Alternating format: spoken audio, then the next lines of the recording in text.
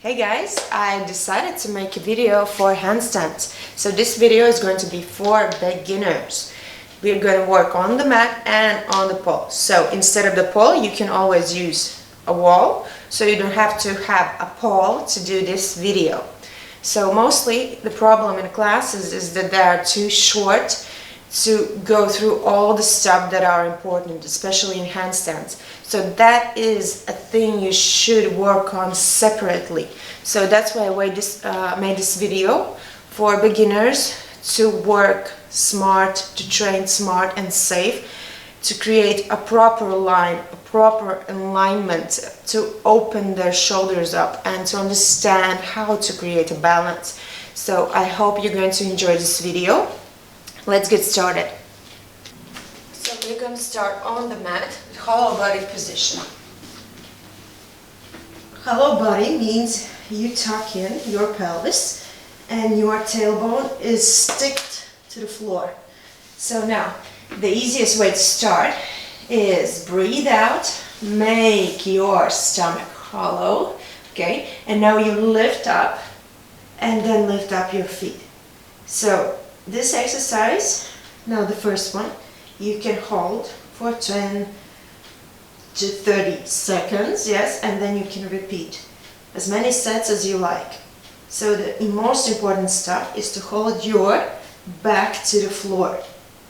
So if it's too hard, you just lift your legs higher.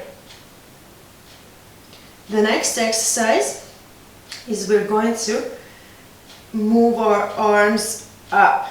Now, this is a lot harder, so you have to work with your scapula, pull your shoulder blades together and hold your hands shoulder wide, okay?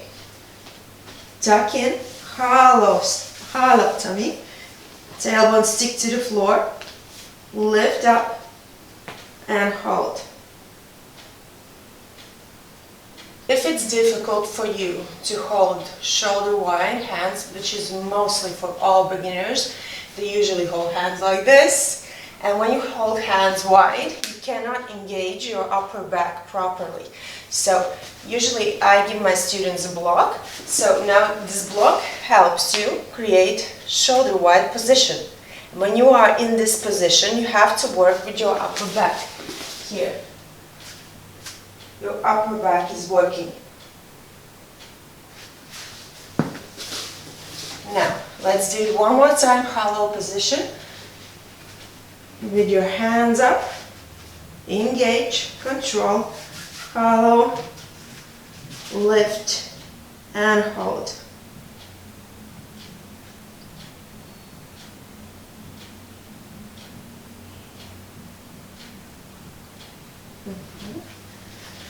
Now, I suggest you do each of these exercises more sets. Less seconds, more sets. Next one is the same hollow body position, but you will have to work actively with your hands. So I'm using a block also here. Engage, control my tummy, tuck in, lift.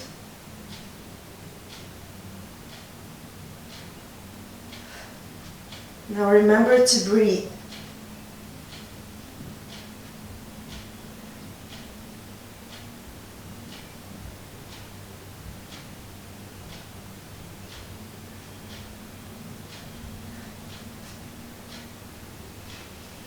Also here you can do this 10 times, repeat more sets. So if it's a warm-up before a hard workout, don't do many sets, just do each of these exercises one time. So hollow body rocks. We go into, again, our hollow body position. If you want to keep your shoulders in more control position, you can use a block, also like I'm doing here. Tuck in, hollow tummy, lift up, and we're doing the hollow body rocks.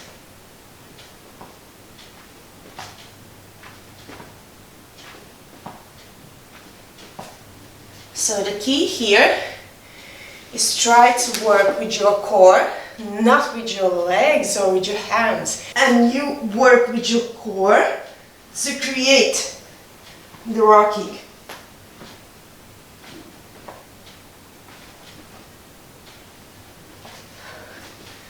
These few seemingly simple exercises will get you quite warm.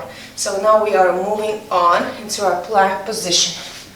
So plank position is crucial for your handstands. You have to hold your plank correctly to be able to understand how handstand works. So your hands are shoulder wide, palms underneath your shoulders, and you can start from your table position, knees under your hips. Here. Now, to correctly engage your shoulders, you have to work with your upper back. To understand if you are working with your upper back, you can check your biceps muscles. Your biceps muscles should be rotating like this. And when you do this, your upper back is working well. So biceps are rotating. Fingers are wide apart. Your all finger pillows need to be sticked into the floor. So we go table position. Fingers wide open. Biceps are rotating. Control your pelvis. And we are going into our plank position. So here, it's good that you have a mirror. You can check your line into the mirror.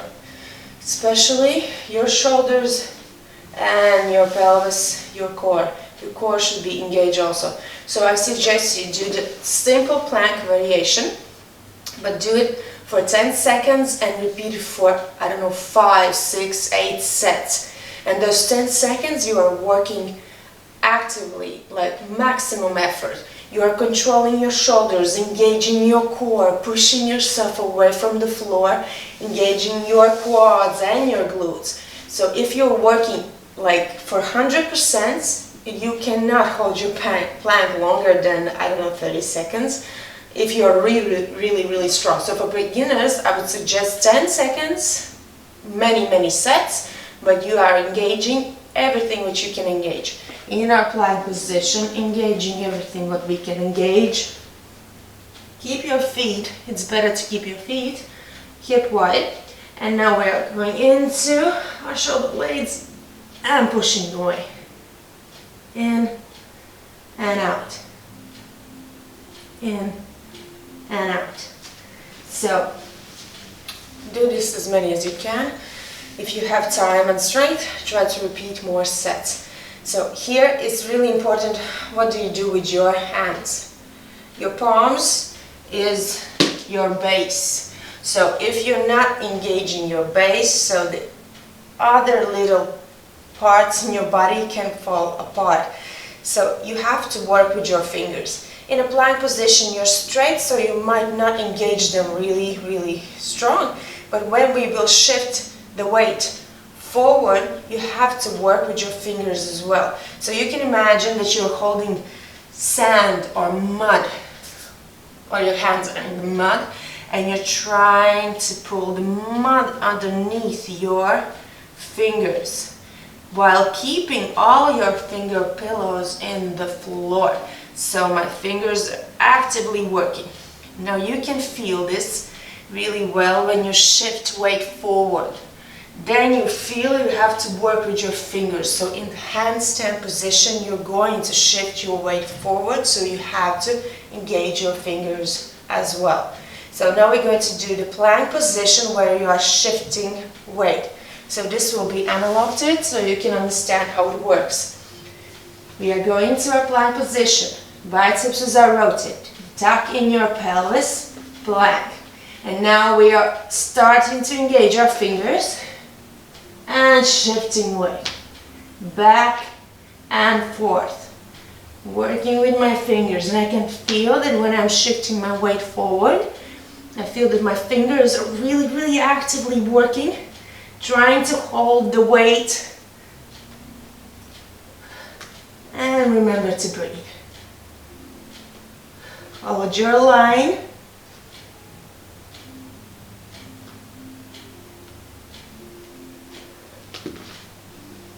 Great. Next exercise will be on your shoulder mobility. So in the handstand, you have to understand the difference between open chest and open shoulders. So when we are in our handstand, we are not trying to open up our chest. If you're doing back bends, then yes. But in a regular beginner handstand, you just have to open your shoulders. And usually shoulders are the weak spot, because not always we are doing this correctly. So when you are working with your shoulders and bending your lower back, if you're thinking about your handstand, this is a huge mistake. So you have to learn to keep your back straight by tucking in your pelvis, and then you are lifting your shoulder, your arm up. Now here is your line in your handstand. If this is a problem for you already, then you have to understand you have to work more on your shoulder mobility and shoulder opening to create a straight line. So the line is crucial. If you cannot hold a straight line, you cannot engage your upper back correctly, and sometimes it can get really dangerous, especially for beginners who does not know what they are doing yet.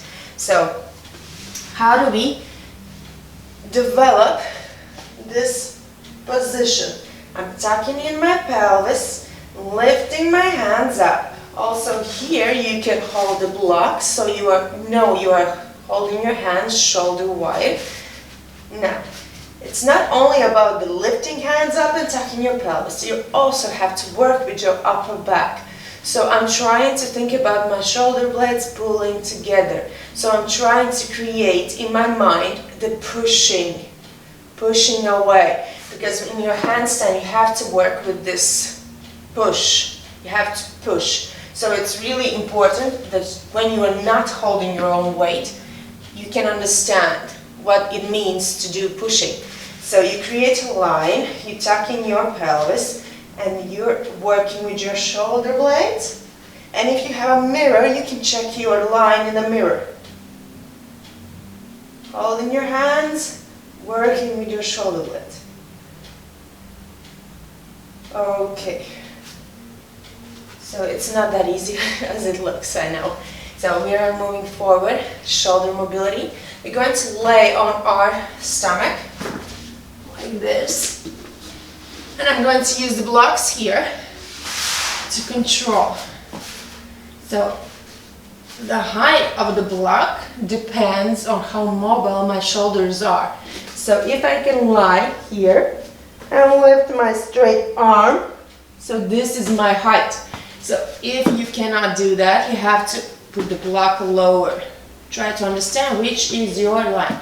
So we're going to work with one hand, the other hand, and then we're going to lift both hands.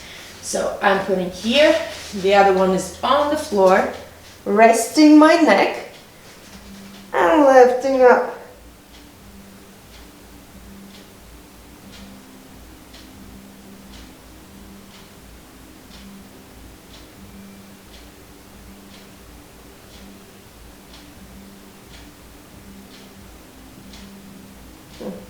So I'm doing 10 times each shoulder.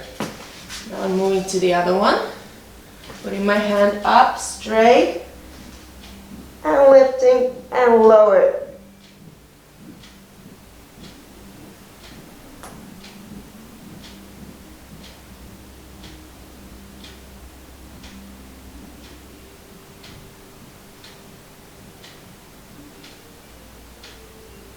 Shoulder wide, relaxing my neck and lifting, hold and lower down. Lift and lower down.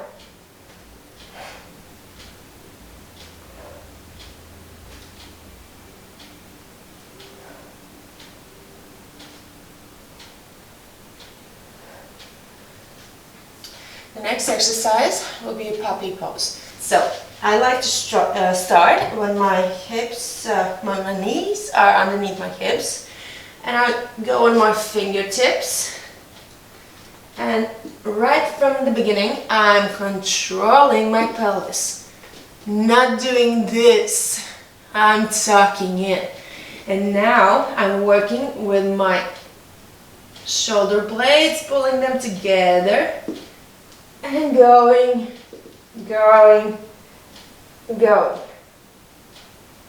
So here you should feel only your shoulders opening.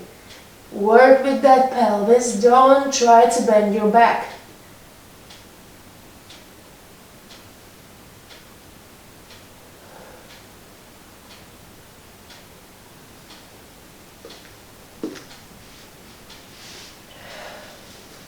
Good. And the next pose that will help you open your shoulders is Dolphin pose. I really like it, but it's not that easy for beginners, so I will try to make it not so complicated. So also here I start with my table position, palms underneath my shoulders, knees underneath my hips. Also here I'm engaging everything that I have to engage in my plank position. Biceps are rotating, fingers wide open. Control your core, control your shoulders, and we're going into our down dog position. So my ears are here, between my hands, okay? And I'm tucking in. Here you can take a block and hold it between your thighs and your stomach. So usually beginners have this problem that you can put your heels into the floor. So here's a variation, you just bend your knees and now you can hold. Good. Your back should be straight, no lower back bending. So now I'm trying to go onto my elbows. Here. If you can, you put your heels into the floor. If not, bend your knees. And we are working on our shoulder opening. Meanwhile, controlling our pelvis because we are holding a block.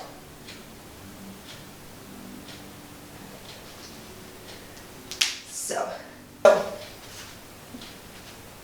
we have worked on our core, on our shoulders, to create a proper line. Now we have to create more strength and develop the feeling which you will have in your handstand position, which is not that easy as it may seem. So, next position is down dog. So, table position, everything what I said before. Palms underneath your shoulders, knees underneath your hips. Biceps are rotating. Do not forget about this little movement. It's crucial. Okay? Engage. Exhale. And now we are in our down dog position. Next one, we are walking as close as we can to keep our feet straight. Now, if you don't have the flexibility in your arms, which is okay for beginners, you just bend your knees, okay? So you keep your hands shoulder wide, fingers wide open. Now you're going to start to work with your fingers a lot. So we're going to shift the weight forward, tucking in our pelvis and creating the pushing away. Here, try not to fall into your shoulders, it's really important. Your biceps are rotating and you're pushing here.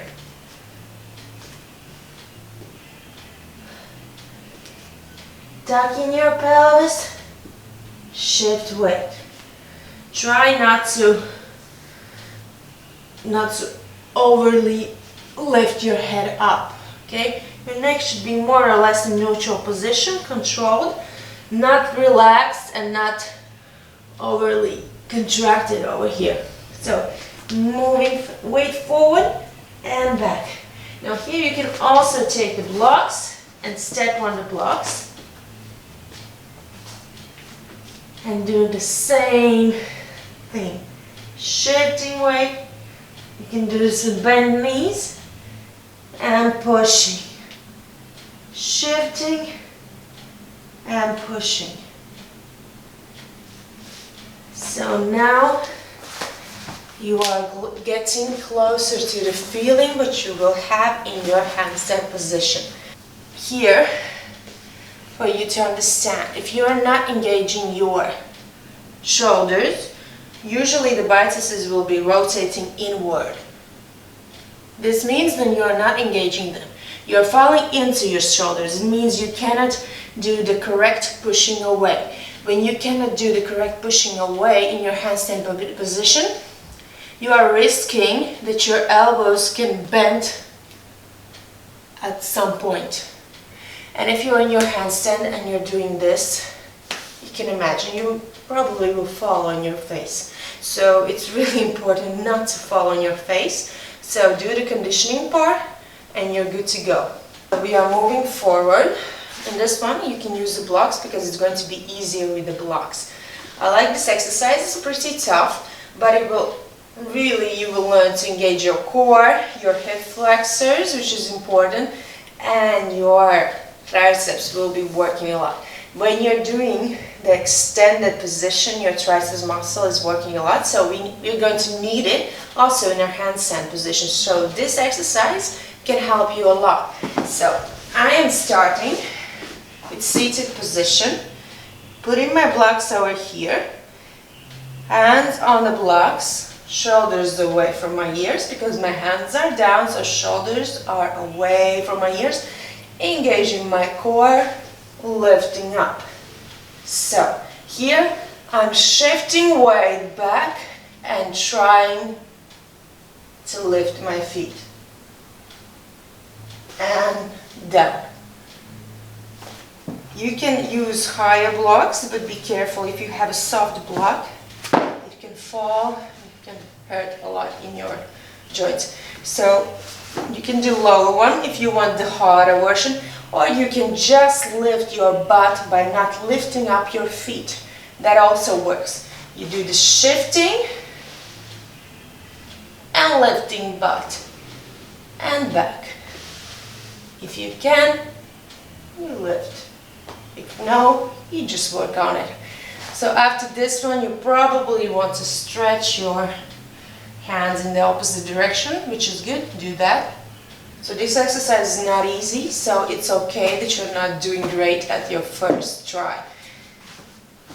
In the next exercise, you're going to need socks or something that will help you slide. So I'm gonna put my socks on. You can use the pole or you can use a wall, so it doesn't matter which one is more available for you. So, okay. Now, I'm trying to remember now everything what we talked about. Hands are shoulder wide, fingers open, engaged. Biceps is rotating, upper back is engaged, core is engaged, glutes are strong. Now, I will go into my plank position, engage everything, and slide. And back. Try not to go here. You can do one step at a time. It's difficult to engage your core, your shoulders, everything in your body at once. So it's okay that you do one time, relax, then repeat. Your head moves between your hands. It will not go there, but it moves there. Okay? I like to teach that you can put your head here so you can feel where the pole is. Try not to push your head too strong in the pole. Just when you feel where the pole is at, and try to get your feet as close as possible. So I'm pulling and I'm shifting weight, and I feel that my back touch the pole. So this is the feeling you are trying to get to. You can also do variation into your straddle position and then back into your plank. In your plank position, control all of your body, open up, shift weight, and back. When we are moving into a jumping into our handstands, there are many variations how to do that. I like to teach with one leg because it helps when you reach the pole and then you pull yourself to the pole and then you can start your balance thing. So, starting position, the same as always. I'm walking as close as I can with my hands straight, of course, shoulders engaged, core is engaged. And now I will swing with one leg and jump from the other one. Now here, try not to jump like this. If you do this kind of jump, you will not get to the pole or to your wall like ever. So you have to straight leg, okay? And then you can reach your pole like this. You reach your pole, now you tuck in, you bend your knees, okay? And work with your balance, with your fingers, with everything what we talked about. When you do the jumping to the pole or to your wall, you have to engage your core. When you are landing from the pole or from the wall, if your landing is heavy, it means you relaxed your core. Your core should not be relaxed at all in this position. This is the thing that will keep you balanced and in control, so engage your core. And sometimes when students do this volley jump, usually they do this because they're scared to do the handstand. So it means they should take a step backwards, work on their conditioning more. Or to get over your fears, of course your coach can come and help you to lift you up, but only with a person that can spot you.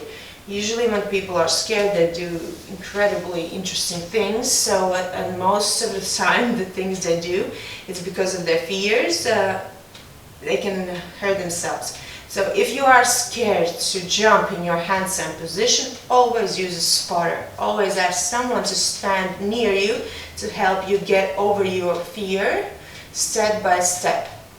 So one more time, the jump with a straight leg.